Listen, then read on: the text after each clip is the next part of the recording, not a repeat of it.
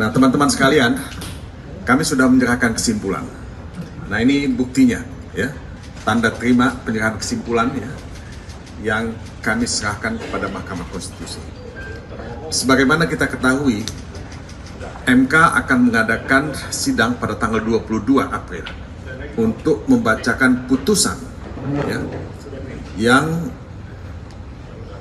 menyangkut sengketa Pilpres, ya, perselisihan atau permohonan PHPU yang kami ajukan, dan juga tentu yang diajukan oleh paslon 01. Ya. Nah, kalau kita bicara mengenai kesimpulan ini memang tidak dibacakan, saudara-saudara. Ya. Tapi majelis hakim ya, akan menggunakan kesimpulan ini sebagai bahan untuk membuat putusan yang akan dibacakan pada tanggal 22. Nah, sebagaimana kita ketahui, kami dalam permohonan PHPU, dan itu kami ulangi dalam kesimpulan yang kami sampaikan. Setidaknya ada 5 kategori ya, pelanggaran yang sangat prinsipil, ya, sangat menyolok terjadi pada proses Pilpres 2024 ini. Yang pertama adalah pelanggaran etika ya, yang terjadi dengan kasat mata, dimulai dengan putusan MK nomor 90. Dan ini kalau kalian membaca keterangan Romo Magnis Suseno, itu sangat jelas dikatakan oleh Romo Magnis bahwa proses pencalonan yang melanggar etika berat itu adalah pelanggaran etika berat. Ini statement dari Romo Magnis Suseno. Nah, dari sana muncul pelanggaran yang kedua, yang kita sebut nepotisme. Ya. Nepotisme ini dilarang dalam hukum positif kita. Ada TAP MPR yang melarang nepotisme. Ada banyak undang-undang yang melarang nepotisme. Dan kalau kita melihat apa yang dilakukan oleh Presiden Jokowi, ya, mendorong anak dan menantunya, ya, itu adalah bagian dari nepotisme, ya, membangun satu dinasti ya, kekuasaan yang menurut kami ya, melanggar etika seperti yang dikatakan oleh Romo Magnis Suseno. Ya. Nah, itu pelanggaran yang kedua. Yang ketiga apa? Yang ketiga itu adalah abuse of power yang sangat terkoordinir, sangat masif gitu. Dan ini terjadi di mana-mana gitu. Nah, ini saya hanya mengulang, teman-teman saya di sini, kolega saya di sini juga akan bisa menambahkan banyak sekali pelanggaran-pelanggaran yang masif ya, sebagai akibat dari abuse of power yang terkoordinir yang tadi saya kemukakan. Nanti saya akan jelaskan sebagian. Nah, pelanggaran keempat itu apa? Pelanggaran keempat itu adalah pelanggaran prosedural pemilu. Nah, ini Anda bisa lihat ya, apa yang dilakukan oleh KPU, apa yang dilakukan oleh Bawaslu, apa yang dilakukan oleh Paslon 02, ya, yang menurut saya, ya, menurut kami semua, adalah pelanggaran-pelanggaran yang seharusnya ya, bisa dijadikan alasan untuk melakukan pemungutan suara ulang. Nah, yang terakhir adalah penyalahgunaan aplikasi IT di KPU. Yang kita lihat ya, ujung-ujungnya menimbulkan kekacauan, kontroversi, dan ada yang mengatakan menimbulkan penggelembungan suara. Beberapa saksi, termasuk yang kemarin viral, keterangan dari Roy Suryo, itu bicara mengenai angka ya, yang sangat besar. Ya. Saudara Ali Maksum, ya, dia tidak menjadi saksi tapi bertemu dengan kami. Dia menyebut angka lebih dari 50 juta, ya, angka siluman ya, dalam DPT.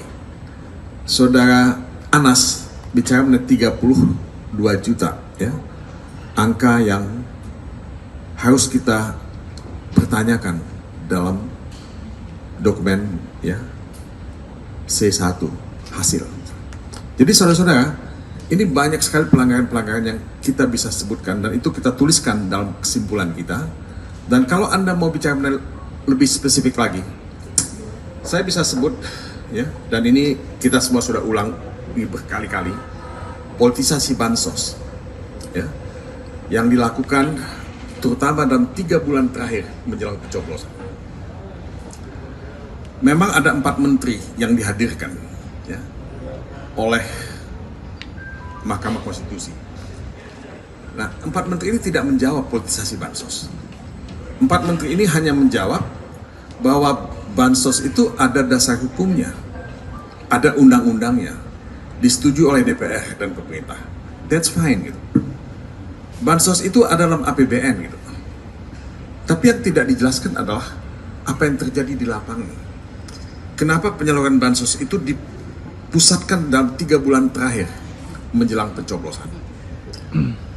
Kenapa penerima manfaat bansos ya, itu tidak sesuai dengan data-data yang menurut ya, ahli kami Pak Didin Damhuri ya, itu menjadi pertanyaan besar. Kenapa penerima manfaat itu tidak sama semuanya?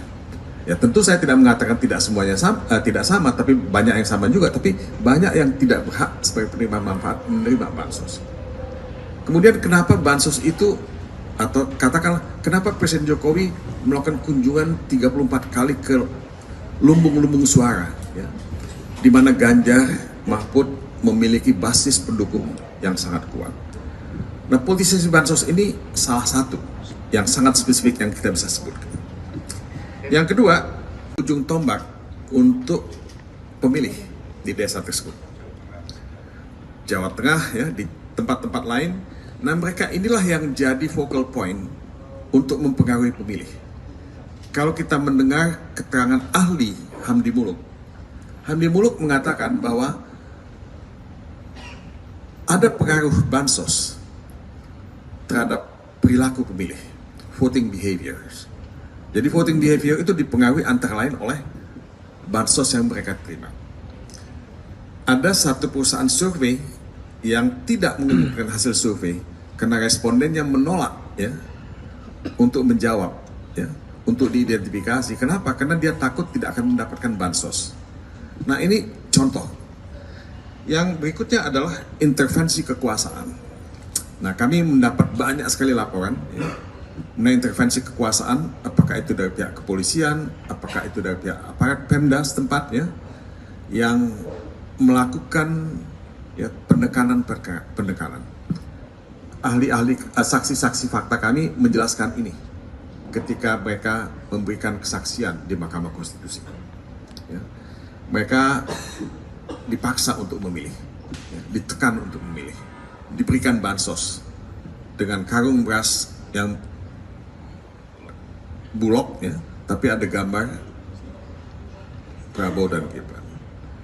Itu disampaikan. Jadi hakim Mahkamah Konstitusi tahu benar hal ini. Kemudian ketidaknetralan ASN. Ini diakui dan ada beritanya di media bahwa ASN itu tidak netral sama sekali. Ini seperti suasana Orde Baru gitu. Ketika Korpri menjadi bagian dari mesin politik Golkar untuk memenangkan pemilu pada waktu itu. Nah, ASN tidak menjadi bagian dari partai politik, tapi ASN bagian dari upaya untuk membangun dinasti ya, kekuasaan yang ada di Indonesia ini. Nah, yang terakhir itu pengangkatan pejabat-pejabat kepala daerah yang dilakukan sebelum ya, pencoblosan, beberapa waktu sebelum pencoblosan.